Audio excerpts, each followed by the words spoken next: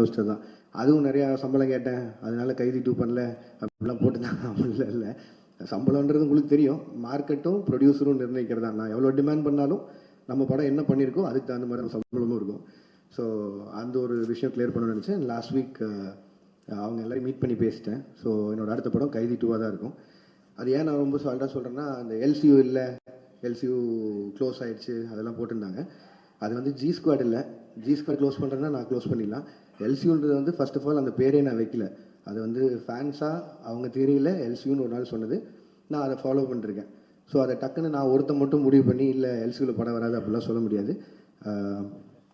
கைதி 2 ஆகட்டும், விக்ரம் 2 ஆகட்டும், ரோலக்ஸ் இண்டிவிஜுவல் ஃபிலிம் ஆகட்டும், இதெல்லாம் என்னோடய கமிட்மெண்ட்ஸ். ஸோ இதை நான் பண்ணாமல் போக முடியாது, இது எல்லாமே என்னோடய கமிட்மெண்ட்ஸ்.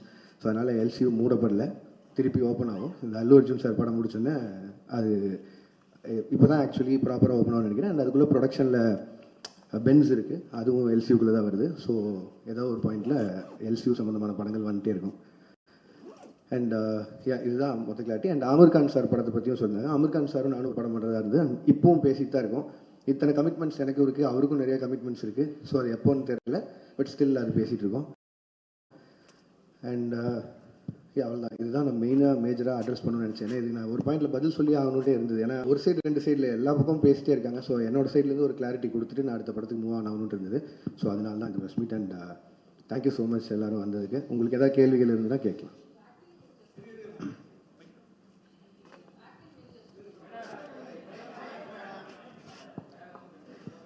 வாழ்த்துக்கள். Thanks ma'am. ஆக்டிங் வெஞ்சர்ஸ் பற்றி பேசவே இல்லை. அதான் மேம் இப்போ தான் ஆரம்பிச்சிருக்கு, ஒரு 2 ஸ்கெடியூல் முடிஞ்சிருக்கு. அது அருண் பேசினா நல்லா இருக்கும்னு நினைக்கிறேன், அதனால் நான் பேசுகிறேன்னு நினைக்கிறேன். இன்னொரு 25 days பேலன்ஸ் இருக்குது. அந்த படம் ஷூட் முடிச்சுட்டு நான் அடுத்து அல்லு அர்ஜுன் சார் படத்துக்கு மூவ் ஆகிடும். லோகேஷ் சார், உங்களுக்கு நடிக்கிறது ஈஸியாக இருக்கா, டைரக்ஷன் பண்ணுறது ஈஸியாக இருக்கா? எல்சியூவில் தான் சிம்புலாம் சேர்த்துக்கு வாய்ப்பு இருக்கா சொல்லுங்கள். ஏன்னு இவ்வளோ கேள்வி நடிக்கிறது அவ்வளோ ஈஸியாக இல்லைங்க, கஷ்டமாக தான் இருக்குது எனக்கு தெரிஞ்சு. அதான் நான் புதுசாக ஏதாவது கற்றுக்கணும், சும்மா இருக்க டைம் இப்படி ஏதாவது செலவு பண்ணணும்னு சொல்லி பார்த்தது தான். அண்ட் அருணுக்கு எனக்கு கம்ஃபர்ட் இருந்தது, ஃப்ரெண்டு வேறு. ஸோ அதனால் ஈஸியாக அந்த படம் பண்ணிட முடியும்னு நினச்சேன். பட் ஆனால் அவ்வளோ ஈஸி இல்லை, கஷ்டம் தாங்க அது. திருப்பி அது கன்டினியூ பண்ணுவோமா இல்லையா தெரியல. இப்போ சொன்னேன்ல இவ்வளோ லைனப் இருக்குது, ஸோ அதெல்லாம் பண்ணணும். ஸோ தெரியலங்க. லோகேஷ், ஹலோ. Yes sir.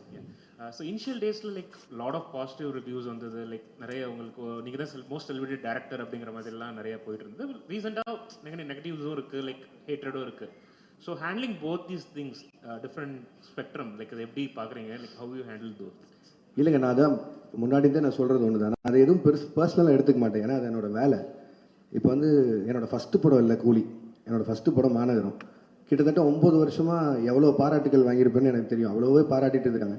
டக்குன்னு விமர்சனம் வரும்போது அதை மட்டும் நான் ஒத்துக்க மாட்டேன்னு சொல்கிறது நியாயம் இல்லை. அண்ட் படங்கிறது மக்களுக்காக, அது அவங்களுக்கு காட்டும்போது விமர்சனம் வரும்போதும் அதை ஏற்று தான் ஆகணும்.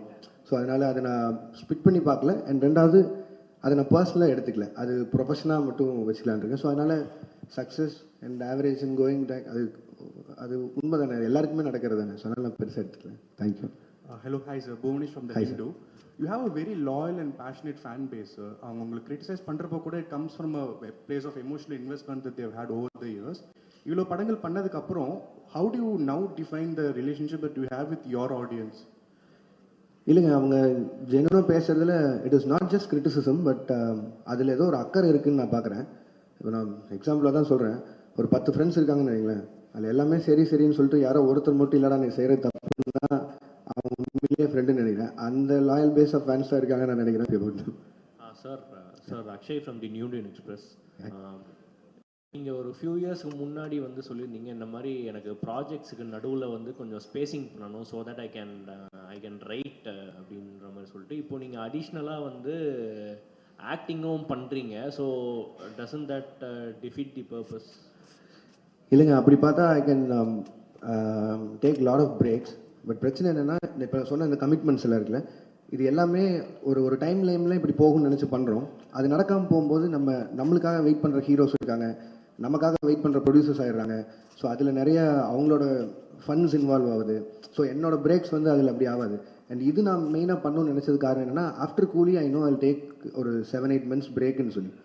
ஸோ அந்த கேப்பில் ஒன்று பண்ணலான்னு யோசிக்கும் போது தான். அண்ட் அருண் எக்ஸ்பிளைன் பண்ணும்போதும் இந்த ஃபிலிமுக்கு ஒரு 60 days போதும் அப்படிங்கிற மாதிரி இருந்தது. ஸோ அதனால் என்னால் ஈஸியாக பண்ணிட முடியும். எதிர் வேறு எங்கேயாவது ஒரு வெக்கேஷன் போகிறதுக்கு பதிலாக இதில் போனால் கொஞ்சம் அப்சர்வ் பண்ணலாம், கற்றுக்கலாங்கிற ஒரு பாயிண்ட் தான். பட் இப்போ நம்ம ஏற்கனவே எழுதி வச்சிருந்த கதைனா அவ்வளோ ஒர்க் பண்ண தேவையில்லை. ஐ மீன் மற்ற இப்போதைக்கு அதை எவ்வளோ தூரம் கான்டெம்பரரி அடாப்ட் பண்ண முடியுமோ அதுக்கு மட்டும் பண்ணிட்டு போயிடலாம். புதுசாக இப்போ ஃப்ரெஷ்ஷாக ஒரு கதை எழுதணுன்னா பிரச்சனை தான். ஸோ இந்த வயசில் ஓடி பார்த்தலாம்.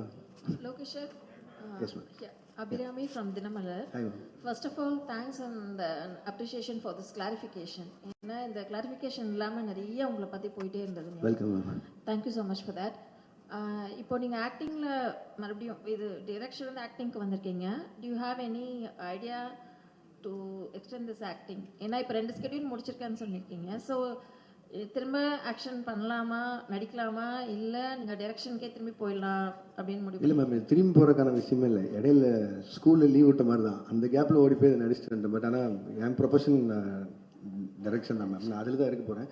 இதே மாதிரி திருப்பி ஒரு 6 மாதம் படங்களுக்கு நடுவில் கேப் வந்து ஒரு சின்னதாக யாராவது ஒரு கதை எடுத்தால் நடிக்கலாமா. பட் இப்போதைக்கு அந்த எண்ணெல்லாம் இல்லைங்க. அருண் படம் முடிச்சுட்டு டைரக்ஷன் போவோம். தேங்க்யூ.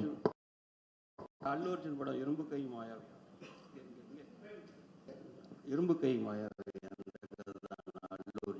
இல்லை சார், அது வந்து இப்போ தான் அனௌன்ஸே பண்ணியிருக்காங்க சார். அந்த படம் அவங்க ப்ரொடியூசர் சார்பாக அவங்க சைட்லேருந்து வர அனௌன்ஸ்மெண்ட் வர வரைக்கும் மட்டும் இருக்கலாம். இப்போ படம் பண்ணுறோம் சார். லோகேஷ் சார் இங்கே. Yes sir. சார், அதாவது கூலி படம் ரிலீஸ்க்கு முன்னால் நீங்கள் சில இன்டர்வியூஸ்லாம் கொடுத்தீங்க. அதை வந்து ஆடியன்ஸ் பாயிண்ட் ஆஃப் வியூவில் வந்து அது ஒரு எக்ஸாஜரேஷன்னு நினச்சிட்டு அதை பற்றி சோஷியல் மீடியாவில் வந்து உங்களை பற்றி நெகட்டிவிட்டியோடு பேச ஆரம்பிச்சாங்களான்ற மாதிரி தான் தோணுது. அது உண்மையிலே என்ன தான் நடந்துச்சு சார்? நீங்கள் சொன்னது என்ன, செஞ்சது என்ன, மக்கள் மத்தியில் எப்படி போய் சேர்ந்துச்சு சார்? இப்போ நான் சொன்னாலும் திருப்பி அதான் நடக்க போகுது சார். நான் வந்து ஒரு படத்தோட கலெக்ஷனை பேஸ் பண்ணி ஒரு படம் பண்ண முடியாதுங்கிறது அது என்னோட ஐடியாலஜி. சினிமாவை நான் 1000 கோடி சம்பாரிச்சு காட்டுறேன்னு ஒரு படம் எழுதவே முடியாது. நான் அதான் முன்னாடியும் சொல்கிறேன். பட் ஆனால் என்னென்னா, நம்ம டெக்னீஷியன்ஸும் நம்ம கூட இருக்கவங்க யார் எவ்வளோ சொன்னாலும் அவங்க அந்த படத்து மேலே எக்ஸைட்மெண்ட், ரஜினி சார் மேலே இந்த எக்ஸைட்மெண்ட், அவ்வளோ ஸ்டார்ஸை பார்த்த எக்ஸைட்மெண்ட்டில் இந்த 1000 கோடிங்கிற பிரச்சனையை ஆரம்பிச்சிடுவாங்க ஸ்டார்டிங்லேருந்து. இப்போ அதனால 500 கோடிக்கு சம்பாரிச்ச படம் கூட இப்போ வந்து நான் பதில் சொல்கிறேன் ஆயிடுச்சு. கிரிட்டிசிசம் அதெல்லாம் வெட்டலாம். பட் ஆனால் கொடுத்த இன்டர்வியூஸுமே சரி, நான் அதை ரொம்ப ஸ்ட்ரெஸ் பண்ணியே சொல்லிட்டு இருந்தேன்.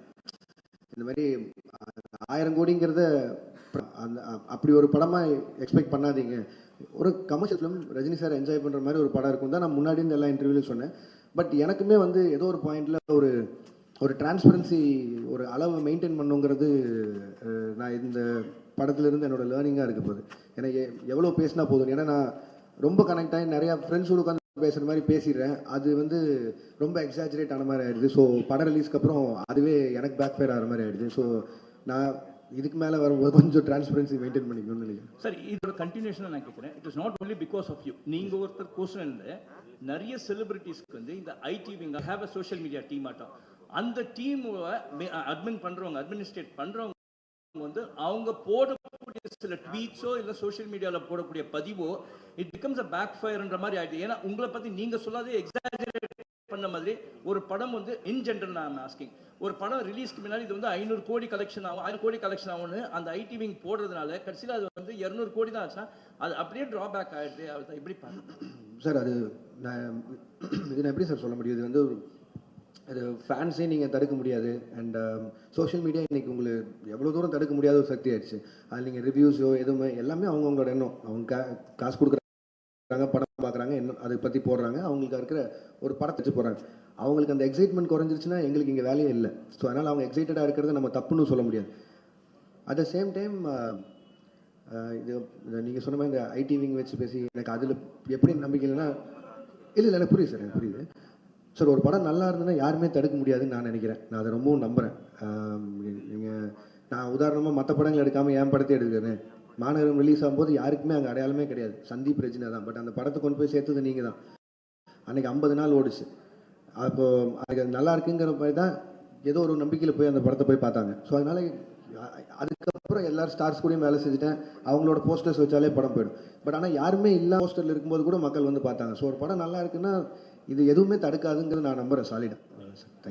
Sir okay sir. Lokesh sir, இப்போ உங்களோட ஃபியூச்சர் ப்ராஜெக்ட்ஸ் பற்றி நிறைய வந்துட்டு இருக்கு செய்திகள். அப்படி ஒன்று வந்தது தான் ஹிந்திக்கு போயிட்டு நீங்கள் அமீர் கானோட பண்ண போகிறீங்க அப்படின்னு சொல்லிட்டு, அது ஃபியூச்சரில் மெட்டீரியலைஸ் ஆகிறதுக்கு வாய்ப்பு இருக்கா சார்? ஒரு 3-4 தடவை மீட்டிங் போச்சு. எனக்கு அவர் சின்ன வயசுலேருந்து ரொம்ப பிடிக்கும். பெரிய ஃபேன் தான். அண்ட் அவரும் வந்து என் ஒர்க் ரொம்ப பிடிச்சுன்னு சொல்லி தான் அவர் கூலிலேருந்து படம் பண்ணணும்னு பேசினார். பட் ஆனால் நான் சொன்னேன் சார் இங்கே இவ்வளோ கமிட்மெண்ட்ஸ் இருக்குது, அண்ட் சாருக்குமே அவருக்கும் நிறையா கமிட்மெண்ட்ஸ் இருக்குது. ஸோ இதே மாதிரி ஏதோ ஒரு டைம் லைனில் ஏதாவது மிஸ் மேட்ச் ஆகும்போதோ வேற ஒரு டைம் கிடைக்குதோ அப்படிங்கிறத பார்த்து தான் சார் பண்ண முடியும். பட் ஆனால் we are talking sir. Sir எனக்கு எல்லா ஹீரோஸ் கூடயும் வேலை செய்யணும் சார், அவங்க எல்லாரும் கூடயும் பேசிட்டு தான் இருக்கேன். பட் ஆனால் டைம் லைன் தான் சார் பிரச்சனை. சார் இங்கே ஒரு சார் இங்கே சார் நீங்கள் டிசியில் பண்ணிட்டு இருக்கிறதா, டிசியில் இப்போ பண்ணிக்கிட்டு இருக்கீங்க, அதேமாரி ஜனநாயகன்லேயும் ரிப்போர்ட்டராக பண்ணிட்டு இருக்கீங்க அப்படின்றதும் தகவல் வந்துச்சு. அது நீங்கள் எப்படி பார்க்குறீங்க? அதுக்கப்புறம் 2 கேள்வி ஆரம்பிச்சிடறேன். இந்த சென்சார் இஷ்யூ கூலிலையும் ஏ சர்டிஃபிகேட் வந்திருந்தது, ஜனநாயகன்லையும் அது பாதிக்கப்பட்டிருக்கு. அது எப்படி சார் பார்க்குறீங்க இந்த 2 கொஸ்டின்? சார் டிசியில் ஆமாம் சார் அது பண்ணிருக்கேன். அது அருண் மாதேஸ்வரன் படம். இது வந்து ஹெச் வினோதனாவும் விஜயனாவும் ஒரு நாள் கூப்பிட்டாங்க. ஸோ அது கேமியா பண்ணேன். அது அவ்வளோதான் என்னால் சொல்ல முடியும், அதுக்கு மேலே அவங்க பேசிங்க. அண்ட் ரிகார்டிங் சென்சார் போர்ட், நான் கூலி சொல்லணுன்னா அதுக்கும் நிறைய விமர்சனம் வந்தில்லை. ஏன் ஏ சர்டிஃபிகேட் வாங்கணும்னு போல எனக்கு என்ன ஆச்சுன்னா, சென்சார் போர்டில் ஃபர்ஸ்ட் சென்சார் பண்ணி முடிச்சோன்னே தி அட்வைஸ் வித் 35 கட் சொன்னாங்க. அப்புறம் ஒரு 9 மியூட்ஸ் இருந்தது. மியூட்ஸ் கூட ஓகே, எனக்கு பிரச்சனை இல்லைன்னு சொல்லிட்டேன். பட் 35 கட்டுங்கிறது வந்து என்னால் அன்றைக்கி ஏற்றுக்க முடியல. இப்போ படம் ரிலீஸ் ஆனதுக்கப்புறம் ஆல்ரெடி நிறைய இடங்கள் புரியலன்னு சொல்கிறாங்க. மேபி அது ஐல் டேக் த பிளேம். நிறைய இடத்துல நான் புரிய வச்சுருக்கணும். பட் ஆனால் அதையும் மீறி 35 கட் அப்படின்னா அது படமாகவே இருந்திருக்காது. இன்னும் நீங்கள் வந்து ஒரு ஒரு ஒரு கம்ப்ளீட்டட் ஃபிலிம் வித் ஏ சர்டிஃபிகேட்டா இல்லை ஒரு இன்கம்ப்ளீட் ஃபிலிம் வித் யூபிஏ சர்டிஃபிகேட்டாங்கிற மாதிரி தான் இருந்தது. அண்ட் இமீடியட்டாக அது நான் ஒருத்தர் எடுக்க முடியிற கால் இல்லை. ஏன்னா அது எத்தனை கோடி இன்வெஸ்ட் பண்ணிட்டாங்கன்னு உங்களுக்கு தெரியும். ஸோ நான் ப்ரொடியூசர்கிட்டையும் பேசினேன், ரஜினி சார்கிட்டையும் பேசினேன். அண்ட் எல்லாரும் பேசி முடிவு பண்ணி வி அப்ளை ஃபார் ரீசென்சார். உடனே ரீசென்சார் அப்ளை பண்ணோம். ரீசென்சாரில் அடுத்த பேனல் பார்த்துட்டு திருப்பியும் அதே 35 கட்டு அட்வைஸ் பண்ணாங்க. பட் அட்வைஸ் பண்ணுறதை தாண்டி ரீசென்சாரில் எனக்கு சொன்னது என்னென்னா, தீமேட்டிக்காகவே இது அதாவது பிணங்களை எரிக்கிறதும் இந்த மாதிரி பண்ணுறதுங்கிறதும் தீமேட்டிக்காகவே எனக்கு இந்த மாதிரி பண்ணணும்.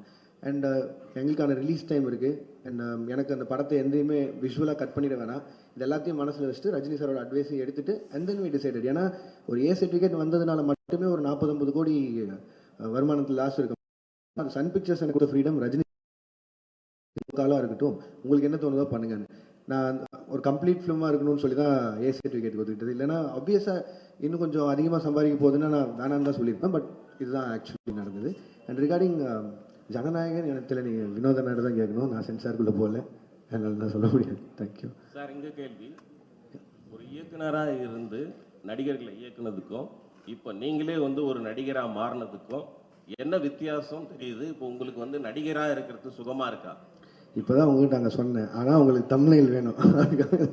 சுகமாலாம் இல்லை, நல்லா இல்லை, கொஞ்சம் கஷ்டமாக தான் இருக்குது. டைரக்ஷன் நமக்கு தெரிஞ்ச வேலை செய்யறதுக்கும் தெரியாத வேலை செய்யறதுக்கு வித்தியாசம் தான். சார் மீனாட்சி சுந்தரம், உங்கள் படங்களில் நிறைய வன்முறை இருக்குது, வெட்டு குத்து ரத்தம் குரூரெல்லாம் இருக்குது. இது வந்து சமூகத்துக்கு நல்லது இல்லை. லோகேஷ் கனகராஜ் ஒரு மனநல டாக்டர் கூட பார்க்கணும் அளவுக்கு உச்சமாக கமெண்ட் வந்தது. அதை பற்றி என்ன நினைக்கிங்க? 1. 2வது, ஜனநாயகன் நீங்கள் மலேசியாலாம் போய் விஜய் சாருக்கு நிறைய சப்போர்ட் பண்ணீங்க, சினிமா வாழ்க்கைக்கு அண்ணன் நீங்கள். அடுத்து பிரச்சாரத்துக்காக போவீங்களா? அந்த வகையிலும் சப்போர்ட் இருக்குமா? காலையில் நேரம் ஏன்னா சொல்லுங்கள். இல்லை, நான் அந்த வன்முறை இது வந்து ஆனால் இப்போ நான் வந்து ஒரு சினிமா டைரக்டர் ஆகணும்னு நினச்சி வரும்போது, நான் சின்ன வயசுலேருந்து என்ன படங்கள் பார்த்து வந்தேனோ, நான் ஒரு ஆக்ஷன் ஃபிலிம் டைரக்டர் ஆகணும்னு தான் வந்தேன். நான் தேவர் மகன் விருமாண்டியெல்லாம் பார்த்து தான் வந்தேன். நான் மனநல மருத்துவமனைக்கெலாம் போகல, நான் டைரக்டர் ஆகணும்னு முடிவு பண்ணி தான் இங்கே வந்தேன். அண்ட் இப்போ அதையும் தாண்டி இப்போ கில்பில் ஆகட்டும், வெளிநாட்டு படங்கள் பார்த்தா அதுக்கும் ஆஸ்கர்லாம் கிடைக்குது, அதாவது ஆக்ஷன் படங்களுக்கு. ஸோ இப்போ நம்ம இந்த இந்த ஜென்ரேஷனில் இருக்கவங்க எல்லாருமே கம்பேர் பண்ணுறதே வந்து கேம் ஆஃப் த்ரோன்ஸ் பார்க்குறாங்க, பிரேக்கிங் பேட், டெக்ஸ்டர் எல்லாத்தையும் பார்த்துறாங்க. நான் சொல்ல இதுவே 10 வருஷம் ஆயிடுச்சு இதெல்லாம் வந்து. அப்போ என்னென்னா அவங்க ஆன் பார் நாங்கள் பார்க்குற இந்த வெப் சீரிஸ் அளவுக்கு இருக்கா அப்படிங்கிறத கம்பேரிசன் வைக்கிறாங்க. அதுக்காக வயலன்ஸ் பண்ணி ஒரு படத்தை பண்ணுறது மட்டும்தான் ஹாலிவுட் லெவலுக்கு கம்பேர் பண்ணுறது நான் சொல்ல, அதையும் காரணமாக வைக்கிறாங்க. ஒரு 2.5 மணி நேரம் நீங்கள் தேட்டருக்குள்ளே வந்ததுக்கு எங்கேஜாக வச்சுக்கணும்னு நினைக்கிறதே எனக்கு அவ்வளோ பெரிய சேலஞ்சாக இருக்குது. இதில் இந்த சோகால்டு வயலன்ஸ், நான் வயலன்ஸ்னே சொல்ல விரும்புகிறேன், அது ஒரு ஆக்ஷன் படம்.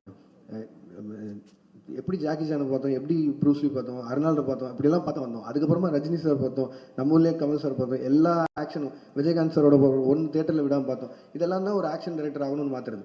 இது எப்படின்னா, இதை இப்போ வந்து ஏதோ ஒரு பக்கம் பார்த்துட்டு இந்த மாதிரி நீங்கள் சொன்ன மாதிரி இன்ஃப்ளூயன்ஸாக இப்படி பண்ணுறாங்க அப்படின்னா, அது அவ்வளோ ஈஸியாக அப்படி சொல்லிட்டு கடந்து போகிற விஷயம் இல்லைண்ணே. ஒரு தப்பு நடக்குது, அதுக்கு இந்த டைரக்டரோட படம் தான் காரணம்னு சொல்லிட்டா அது அவ்வளோ ஈஸி இல்லைண்ணே. இப்போ எனக்கு ஒரு பொறுப்பு இருக்கணும்னு சொல்கிறீங்களே, இருக்குது, சமூக பொறுப்பு இருக்குது, ஓகே, நான் வயலன்ஸ் கம்மியாக பார்க்குறவங்களுக்கும் அந்த பொறுப்பு இருக்கணும் இல்லைண்ணே. அப்புறம் எதுக்குன்னு படிக்கிறோம், எதுக்கு இத்தனை பேர் அப்பா அம்மா வளர்த்து எவ்வளோ பேர்கிட்ட அட்வைஸ் கேட்குறோம், எல்லாருமே இருக்குல்ல. ஸோ அது ஈஸியாக கடந்து போகிற விஷயமே இல்லைன்றேன். அதையும் மீறி உங்களை ஒரு சினிமா ஒரு 2.5 மணி நேரம் பொழுதுபோக்கு படம் உங்களை மாற்றுதுன்னா மனசார நம்ம எவ்வளோ வீக்காக இருக்கும். அப்போ நாளைக்கு எதில் வேணாலும் இன்ஃப்ளூயன்ஸ் ஆகும்ல, நம்ம கையில் தானே இருக்குது. அதுக்கு அதை காரணம் காட்டிடக்கூடாதுன்னு சொல்கிறேன். 2 சைடும் பொறுப்பாக இருக்கணும்னு தான் சொல்கிறேன். லோகேஷ் பிரச்சாரம் தானே இல்லைண்ணே, அரசியலுக்கு எனக்கு என்னென்ன சம்பந்தம். இங்க ஒரு இப்போ தேவதாஸ் படம் பண்ணுறீங்க, தேவதாஸில் இந்த கெட்டப் தானா? ஏன்னா தேவதாஸ்னாவே தாடி வச்சுன்னு தான் வரணுமா? இல்லை லோகேஷ் கனகராஜ் வந்து அது மாதிரி மென்ஷன் பண்ணுறாங்களா? அதுக்கப்புறம் வந்து நீங்கள் நடிக்க போகிறேன்னு சொன்ன பிறகு எந்தெந்த ஆக்டர் வந்து உங்களை வந்து நடிக்காத நீ டைரக்டே பண்ணுன்னு சொன்னாங்க? ரஜினி சார், கமல் சார் என்ன சொன்னாங்க? இல்லைண்ணே, இந்த ஃபஸ்ட்டுக்கு லைன் ஆஃப் கேள்விக்கு வந்து அருண் தான் பதில் சொல்லணும்.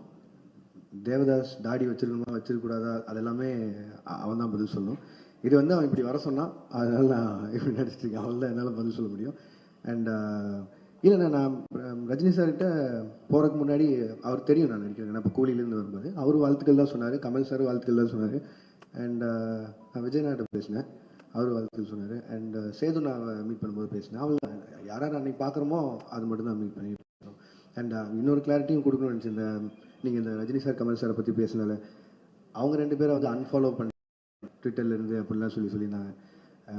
அவங்க 2 பேரும் எந்த இடத்துல இருக்காங்க, நான் அவங்க கூட ஒர்க் பண்ணுறதே ஒரு பாகியமாக நினச்சிட்டு இருக்கேன். நான் ஒரு ஊர்லேருந்து வந்து 2 பேரையும் டைரக்ட் பண்ணிட்டேங்கிறத ஒரு 2 வருஷத்துக்கு முன்னாடி ஸ்க்ரால் பண்ணும்போது லைக் போட்டதுக்கே நான் எவ்வளோ பதில் சொல்கிறேன், தெரியாமல் லைக் பண்ணதுக்கு எவ்வளோ பதில் சொல்கிறதுன்னு எனக்கு தெரியும். இன்றைக்கி தேதிக்கு அப்படி யாராவது அன்ஃபாலோ பண்ணிட முடியுமா? இல்லை அது எப்படி பாசிபிளாக இருக்கும்? அது ஏன் நான் சொல்கிறேன்னா, இப்போ எங்கள் அம்மாக்கெல்லாம் வந்து ட்விட்டர்னு என்னன்னு தெரியாது, ஃபாலோ அன்ஃபாலோன்னு என்னன்னு தெரியாது. ஆனால் அவங்க எனக்கு ஃபோன் பண்ணி ஏன்டா Kamal sorry Rajini sorry unfollow பண்ணுறேன்னு கேட்குறாங்க. ஏன்னா நான் சொல்கிறது கூட நம்ப மாட்டாங்க. நீங்கள் அதெல்லாம் பண்ணுறதோ அப்படி எதுவும் இல்லை.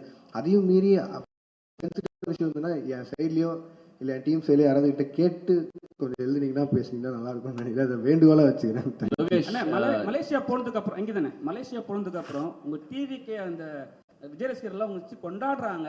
ஏன் கொண்டாடுறாங்கன்னு யோசிச்சு பார்த்தீங்களா? இல்லை புரியல, சொல்லுங்க.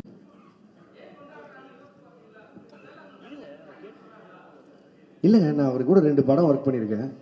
அந்த 2 படமும் அவங்களுக்கு பிடிச்சிருக்கு, அதனால கொண்டாடுறாங்க. என்ன மட்டும் இல்லையே, நெல்சனையும் கொண்டாடினாங்க, அட்லியும் கொண்டாடினாங்க.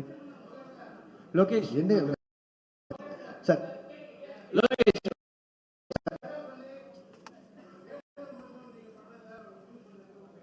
எது சார்? புரியல.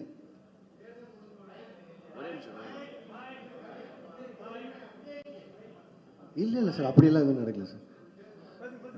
லோகேஷ் ஒரே ஒரு நீங்க அல்லு அர்ஜுனை வச்சு அட்லியும் பண்றாரு, அல்லு அர்ஜுனை வச்சு இப்போ நீங்க லோகேஷ் கனகராஜும் பண்ண போறாரு.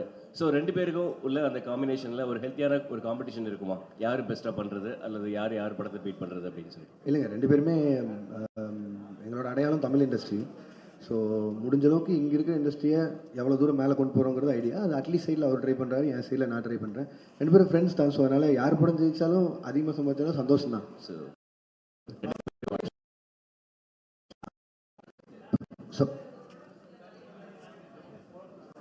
என்னென்ன படங்கள் அப்டேட் பண்ணுங்க சார் உங்க ப்ரொடக்ஷன்? எஸ் மேம், அது ப்ரொடக்ஷன் ஐடியாவே வந்து எனக்கு இந்த பொட்டன்ஷியல் ட்ரீம் வாரியர் பிக்சர்ஸ் அவங்களோட அந்த டைமில் அவங்க கண்டினியூஸாக படங்கள் பண்ணிருந்தாங்களே, மாநகரம், மாயா, அருவி, ஜோக்கர் அந்த மாதிரி.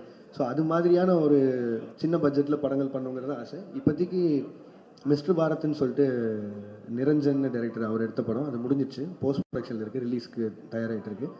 ரத்னகுமார் டைரக்ட் பண்ணுற படம் 29ன்னு சொல்லி, அது நானும் Karthik Subbaraj sir, Karthik Santhanam, Stone Bench அவங்களும் சேர்ந்து தயாரிக்கிறோம். அந்த படமும் ஷூட்டிங் முடிஞ்சிச்சு, அது போஸ்ட் ப்ரொடக்ஷன் ரெடி ஆகிட்டு இருக்கு. அண்ட் பாக்யராஜ் கண்ணன் டைரக்ட் பண்ணுற படத்தில் வந்து பென்ஸ், அது ஷூட் போயிட்டுருக்கு. அது எனக்கு தெரிஞ்சு பெரிய படம், அதனால் அது கொஞ்சம் இன்னும் கொஞ்சம் நிறையா ஷூட் போகும்னு நினைக்கிறேன். ஸோ இதில் மிஸ்டர் பாரத்தும் பென்ஸும் வந்து நான் மட்டும் ப்ரொடியூசர் இல்லை, என் கூட Sudhan sir and Jagadish bro அவங்களோட கம்பெனிஸும் இன்வால்வ் ஆயிருக்கு. இதான் இப்போதைக்கு. லோகேஷ் லாஸ்டா ஒரு கேள்வி உங்களை பத்தி சோசியல் மீடியாவில். லோகேஷ், எஸ் சார், உங்களை பத்தி சோசியல் மீடியாவில் ஒரு நடிகையோட சேர்த்து காதல், லவ் அது இதுன்னு வந்துட்டு இருந்தது. இல்லை நீங்க ஏதாவது அந்த மாதிரி போயிட்டு இருக்கா? ஃபேமிலியாக போறீங்களா? இல்லை சார், இல்லை சார், எனக்கு ஆல்ரெடி ஃபேமிலி இருக்கு sir. Second family. Thank you sir. Sir sir நீங்க சார் ஒரே ஒரு சின்ன கேள்வி என்னன்னா, அது முக்கியமான கேள்வியும்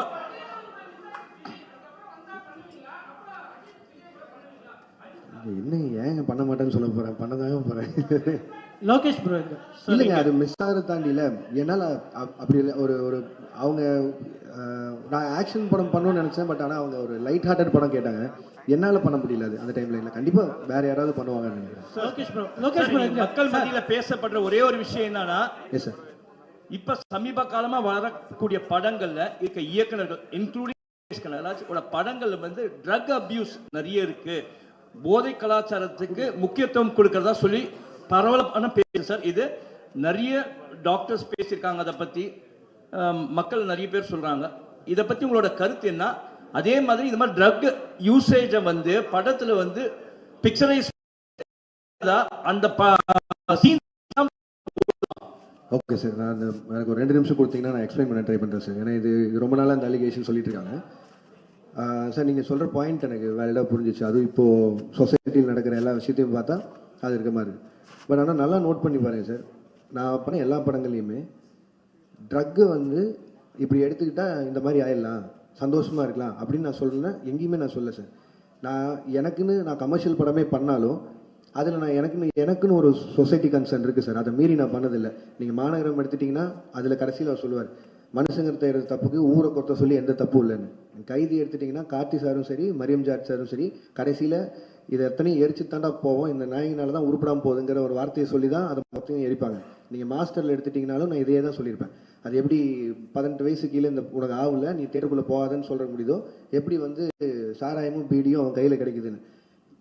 கமல் சாரை வச்சு இந்த ட்ரக் ஃப்ரீ சொசைட்டிக்கான மரியாதை என்ன, அது இப்படி ஆச்சுன்னா என்ன ஆகுங்கிறத அவங்க வச்சு சொல்லியிருக்கேன். இது என்னன்னா, எனக்கு கிடைச்ச ஹீரோஸ் மூலிமா எவ்வளோ தூரம் உறக்க அதை சொல்ல முடியுமோ அதை நான் சொல்லிகிட்டே தான் இருக்கேன். அதை நீங்கள் சொல்லணுன்னா ஒரு பாயிண்டில் இவ்வளோ ட்ரக்ஸ் இருக்குங்க.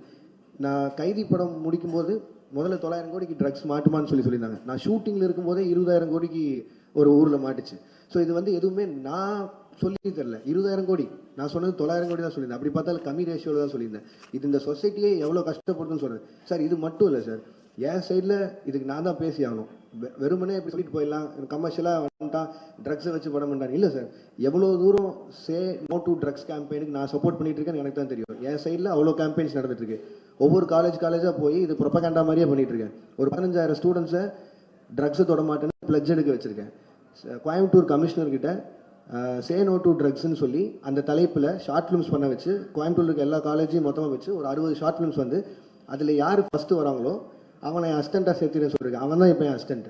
ஸோ இது எல்லாமே என் சைட்லேருந்து நான் பண்ணிட்டு இருக்கேன் சார். இது வெறும் ஜஸ்ட் ஒரு சினிமாக்காக பண்ணணும் இல்லை, இது சொல்லணுன்னு இருந்தது சொன்னேன். அண்ட் இப்போ நான் சொல்கிறேன், பெரிய ஹீரோஸை வச்சு சே நோ டு ட்ரக்ஸ்ன்னு சொல்கிறது நான் அது ஒரு கன்சர்ன், அது நான் சொல்லி தான் ஆகணும்னு நினச்சிருக்கேன். எஸ் சொல்ல நோ சொல்லியிருக்கேன். அதை எல்லாரும் உறக்க சொல்கிறாங்க, ஹீரோஸும் சேர்த்து. இந்த எல்சியூ உருவானதும் அதுதான். இதில் திட்டவட்டமாக கமல் சார் சொன்ன மாதிரி தான், ட்ரக்ஸு இந்த சொசைட்டிக்குள்ளே வேணான்னு தீவிரமாக எதுக்குற தீவிரவாதின்னு அவர் சொல்லியிருப்பார்ல, அதான் நானும் கமர்ஷியல் ஃபார்மேட்டில் சொல்ல ட்ரை பண்ணுறேன். பட் ஆனால் நான் என்ன சொன்னாலும் நல்லதை கேட்கவே மாட்டோம், நான் கெட்டது மட்டும்தான் பார்ப்போம்னு சொல்லியிருந்தா நானும் என்ன தான் சார் பண்ண முடியும். மேபி நான் பண்ணாமல் விட்டுறேன், அதனால பண்ணாமல் விட்டா சொசைட்டி மாறிடும்னா அது குட் தான், நான் அது பண்ண போகிறேன். Thank you sir. சார் இன்வைட் அழைச்சிட்டு எல்லாரும் வந்ததுக்கு ரொம்ப நன்றி sir. And with your wishes and blessings என்னோட அடுத்த படத்துக்கு மூவ் ஆகிறேன். Thank you sir. Thank you so much. Thank you sir.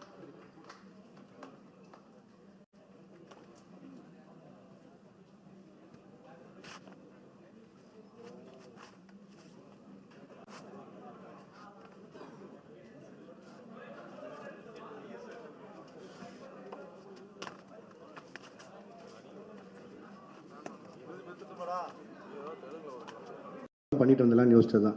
அதுவும் நிறையா சம்பளம் கேட்டேன், அதனால கைதி 2 பண்ணல அப்படிலாம் போட்டுதான். இல்லை இல்லை, சம்பளம்ன்றது உங்களுக்கு தெரியும், மார்க்கெட்டும் ப்ரொடியூசரும் நிர்ணயிக்கிறதா. நான் எவ்வளோ டிமாண்ட் பண்ணாலும் நம்ம படம் என்ன பண்ணியிருக்கோ அதுக்கு தகுந்த மாதிரி சம்பளமும் இருக்கும். ஸோ அந்த ஒரு விஷயம் கிளியர் பண்ணணும்னு நினச்சேன். லாஸ்ட் வீக் அவங்க எல்லாரையும் மீட் பண்ணி பேசிட்டேன். ஸோ என்னோட அடுத்த படம் கைதி 2 தான் இருக்கும். அது ஏன் நான் ரொம்ப சால்ட்டாக சொல்கிறேன்னா, அந்த எல்சியூ இல்லை, எல்சியூ க்ளோஸ் ஆகிடுச்சு அதெல்லாம் போட்டிருந்தாங்க. அது வந்து ஜி ஸ்குவாட் இல்லை, ஜி ஸ்குவாட் க்ளோஸ் பண்ணுறதுனா நான் க்ளோஸ் பண்ணிடலாம். எல்சியூன்றது வந்து ஃபர்ஸ்ட் ஆஃப் ஆல் அந்த பேரே நான் வைக்கல, அது வந்து ஃபேன்ஸாக அவங்க தியரியில் எல்சியூன்னு ஒரு நாள் சொன்னது, நான் அதை ஃபாலோ பண்ணிருக்கேன். ஸோ அதை டக்குன்னு நான் ஒருத்த மட்டும் முடிவு பண்ணி இல்லை எல்சியூவில் படம் வராது அப்படிலாம் சொல்ல முடியாது. கைதி 2 ஆகட்டும், விக்ரம் 2 ஆகட்டும், ரோலக்ஸ் இண்டிவிஜுவல் ஃபிலிம் ஆகட்டும், இதெல்லாம் என்னோட கமிட்மெண்ட்ஸ். ஸோ இதை நான் பண்ணாமல் போக முடியாது. இது எல்லாமே என்னோட கமிட்மெண்ட்ஸ். ஸோ அதனால் எல்சியூ மூடப்படல, திருப்பி ஓப்பன் ஆகும். இந்த அல்லு அர்ஜுன் சார் படம் முடிச்சோன்னே அது இப்போ தான் ஆக்சுவலி ப்ராப்பராக ஓப்பன் ஆகும்னு நினைக்கிறேன். அண்ட் அதுக்குள்ளே ப்ரொடக்ஷனில் பென்ஸ் இருக்குது, அதுவும் எல்சியூக்குள்ளே தான் வருது. ஸோ ஏதோ ஒரு பாயிண்டில் எல்சியூ சம்மந்தமான படங்கள் வந்துட்டே இருக்கும். அண்ட் இதுதான் மொத்த clarity. And Aamir Khan sir படத்தை பற்றியும் சொன்னாங்க. ஆமீர் கான் சாரும் நானும் படம் பண்ணுறதா இருந்து இப்பவும் பேசிட்டு தான் இருக்கோம். இத்தனை கமிட்மெண்ட்ஸ் எனக்கும் இருக்குது, அவருக்கும் நிறைய கமிட்மெண்ட்ஸ் இருக்குது. ஸோ அது எப்போன்னு தெரியல, பட் ஸ்டில் அது பேசிகிட்டு இருக்கோம். அண்ட் அவ்வளோதான். இதுதான் நான் மேஜராக அட்ரஸ் பண்ணணும்னு நினச்சேன். ஏன்னா இதுக்கு நான் ஒரு பாயிண்டில் பதில் சொல்லி ஆகணுட்டே இருந்தது. ஏன்னா ஒரு சைடு 2 சைடில் எல்லா பக்கமும் பேசிட்டே இருக்காங்க. ஸோ என்னோட சைட்லேருந்து ஒரு கிளாரிட்டி கொடுத்துட்டு நான் அடுத்த படத்துக்கு மூவ் ஆகணும்னு இருந்தது. ஸோ அதனால தான் இந்த press meet. And thank you so much எல்லோரும் வந்ததுக்கு. உங்களுக்கு எதாவது கேள்விகள் இருந்தால் கேட்கலாம்.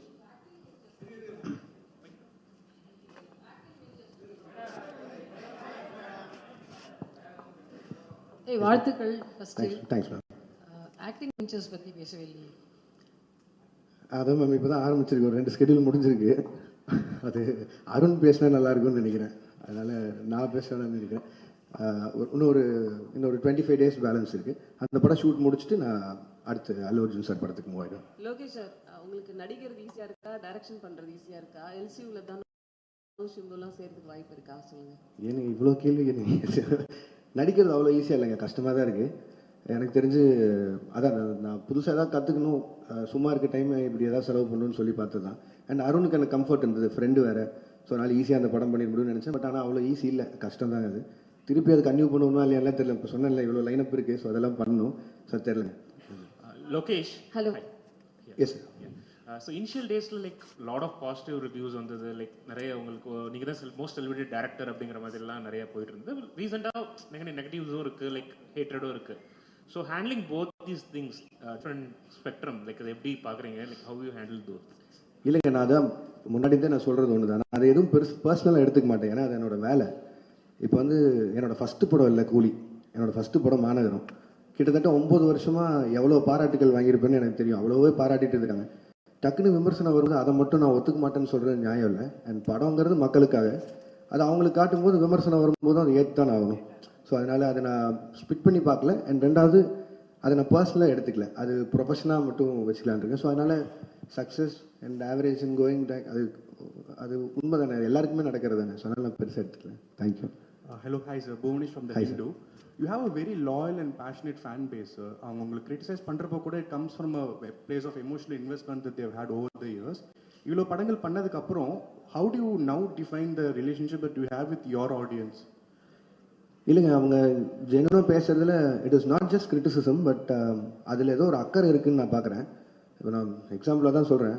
ஒரு 10 ஃப்ரெண்ட்ஸ் இருக்காங்கன்னு வைங்களேன், அதில் எல்லாமே சரின்னு சொல்லிட்டு யாரோ ஒருத்தர் மட்டும் இல்லைடா நீ செய்கிற தப்பு தான் அவங்க உண்மையிலேயே ஃப்ரெண்டுன்னு நினைக்கிறேன். அந்த லாயல் பேஸ் ஆஃப் ஃபேன்ஸாக இருக்காங்க நான் நினைக்கிறேன். Sir Akshay from the new Indian express. நீங்கள் ஒரு ஃபியூ இயர்ஸ்க்கு முன்னாடி வந்து சொல்லியிருந்தீங்க இந்த மாதிரி எனக்கு ப்ராஜெக்ட்ஸுக்கு நடுவில் வந்து கொஞ்சம் ஸ்பேசிங் பண்ணணும், so that I can write அப்படின்ற மாதிரி சொல்லிட்டு இப்போ நீங்கள் அடிஷ்னலாக வந்து ஆக்டிங்கும் பண்ணுறீங்க. So doesn't that defeat the purpose? இல்லைங்க, அப்படி பார்த்தா I can take lot of breaks. But பிரச்சனை என்னென்னா, இப்போ சொன்ன இந்த கமிட்மெண்ட்ஸ் எல்லாம் இருக்குல்ல, இது எல்லாமே ஒரு டைம் லைனில் இப்படி போகும்னு நினச்சி பண்ணுறோம். அது நடக்காமல் போகும்போது நம்மளுக்காக வெயிட் பண்ணுற ஹீரோஸ் இருக்காங்க, நமக்காக வெயிட் பண்ணுற ப்ரொடியூசர்ஸ் ஆகிடுறாங்க. ஸோ அதில் நிறைய அவங்களோட ஃபண்ட்ஸ் இன்வால்வ் ஆகுது. ஸோ என்னோட பிரேக்ஸ் வந்து அதில் அப்படி ஆகாது. அண்ட் இது நான் மெயினாக பண்ணணும்னு நினச்சது காரணம் என்னென்னா, ஆஃப்டர் கூலி ஐ நோ ஐ டேக் ஒரு 7-8 months பிரேக்குன்னு சொல்லி. ஸோ அந்த கேப்பில் ஒன்று பண்ணலான்னு யோசிக்கும் போது தான். அண்ட் அருண் எக்ஸ்பிளைன் பண்ணும்போதும் இந்த ஃபிலிமுக்கு ஒரு 60 days போதும் அப்படிங்கிற மாதிரி இருந்தது. ஸோ அதனால் என்னால் ஈஸியாக பண்ணிட முடியும். எதிர் வேறு எங்கேயாவது ஒரு வெக்கேஷன் போகிறதுக்கு பதிலாக இதில் போனால் கொஞ்சம் அப்சர்வ் பண்ணலாம், கற்றுக்கலாங்கிற ஒரு பாயிண்ட் தான். பட் இப்போ நம்ம ஏற்கனவே எழுதி வச்சிருந்த கதைனா அவ்வளோ ஒர்க் பண்ண தேவையில்லை. ஐ மீன் இப்போதைக்கு அதை எவ்வளோ தூரம் கான்டெம்பரரி அடாப்ட் பண்ண முடியுமோ அதுக்கு மட்டும் பண்ணிட்டு போயிடலாம். புதுசாக இப்போ ஃப்ரெஷ்ஷாக ஒரு கதை எழுதணும்னா பிரச்சனை தான். ஸோ இந்த வயசில் ஓடி பார்த்தலாம். Lokesh sir. Yes, ma'am. Abhirami from Dinamalar. Hi, ma'am. First of all, thanks and appreciation for this clarification. ஏன்னா இந்த கிளாரிஃபிகேஷன் இல்லாமல் நிறைய உங்களை பற்றி போயிட்டே இருந்தது. Welcome ma'am. Thank you so much for that.